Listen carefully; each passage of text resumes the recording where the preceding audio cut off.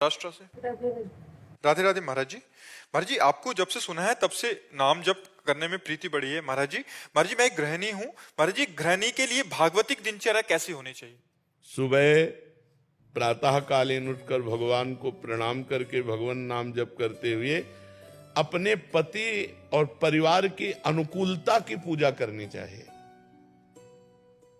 हमारे पति को सुबह अगर सर्विस में जाना है और हम अपने भगवान का पर्दा हटाकर पूजा शुरू करते हैं तो वो पूजा अधूरी मानी जाएगी। सबसे पहले अपने पति की अनुकूलता। गृहिणी का परम कर्तव्य है अपने पति में भगवान को देखना, अपने पुत्रों में भगवान को देखना। पुत्रों को स्कूल जाना है, पति को सर्विस जाना है, तो सबसे पहले हमारी पूजा की तैयारी होनी चाहिए। अपने पतिदेव को संतुष्ट करके खिला पिला के उनका टिफिन तैयार करके उनको भेजा, पुत्रों को स्कूल भेजा, फिर अपनी दिनचर्या। लेकिन ये दिनचर्या करते हुए हम नाम जप कर सकते हैं। हम रसोई बना रहे, राधा राधा राधा राधा। हम सोहनी लगा रहे, राधा राधा राधा। पात्र मार्जन कर रहे, राधा राधा राधा। तो गृहिणी की सर्वोत्तम पूजा है अपने परिवार की अनुकूल परिस्थिति उपस्थित करते हुए कहीं किसी भी तरह का झगड़ा, कोई परेशानी, किसी भी तरह की असंतुष्टता ना आते हुए नाम जप करते हुए करे। और जब वो चले गए तो अपने ठाकुर जी को उठाया, ठाकुर जी के श्रृंगार किया, ठाकुर जी की सेवा की, इस भाव से चले। वो ये ध्यान रखे कि भगवान सब में है, केवल मूर्ति में ही नहीं है।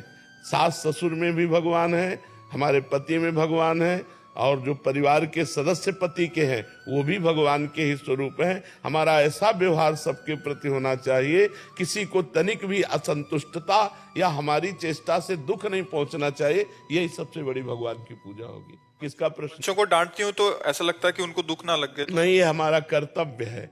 जैसे एक शिष्य अपने गुरु के अधीन जो है, तो गुरु का कर्तव्य है कि शिष्य के दोषों को देखकर उसका दंड विधान करते हुए उसे निर्दोष करे।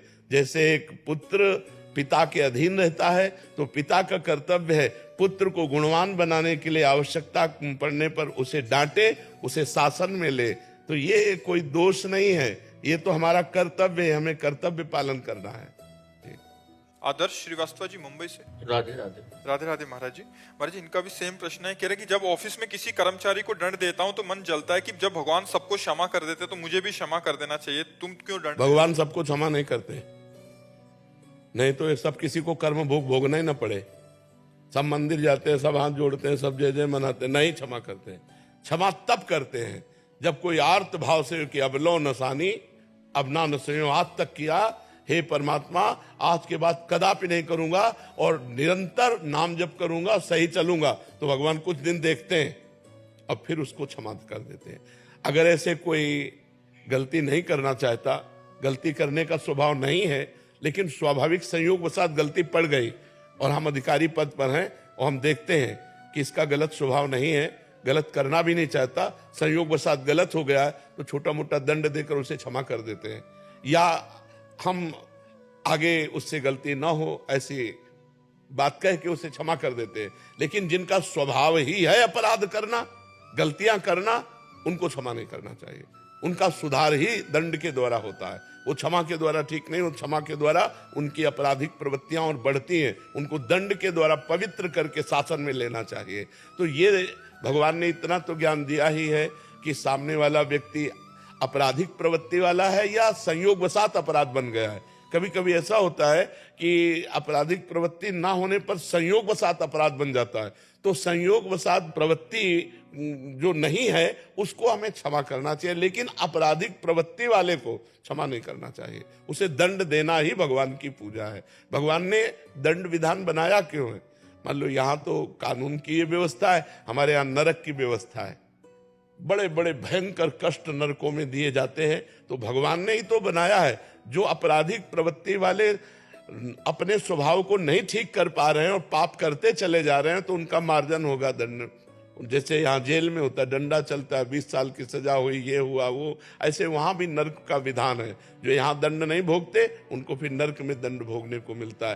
तो इतने कमजोर नहीं होना चाहिए। हर जगह क्षमा नहीं, हर जगह क्षमा काम नहीं करती, कहीं कहीं दंड विधान काम करता है। अब आपराधिक प्रवृत्ति नहीं है, उसे क्षमा करने के लिए तो हम भी राजी हैं कि एक बार क्षमा करना चाहिए। अगर भूल चूक हो गई, गलती हो गई, कोशिश करना चाहिए, उसे बचाव पक्ष में लेना चाहिए।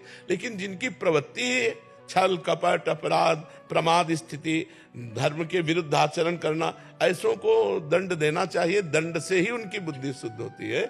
उसमें आप बिल्कुल निर्विकार रहिए और ऐसों पर दया भी ना कीजिए, क्योंकि विधान विधान है। अगर ज्यादा दया करेंगे तो आप अपने कर्तव्य से च्युत हो जाएंगे।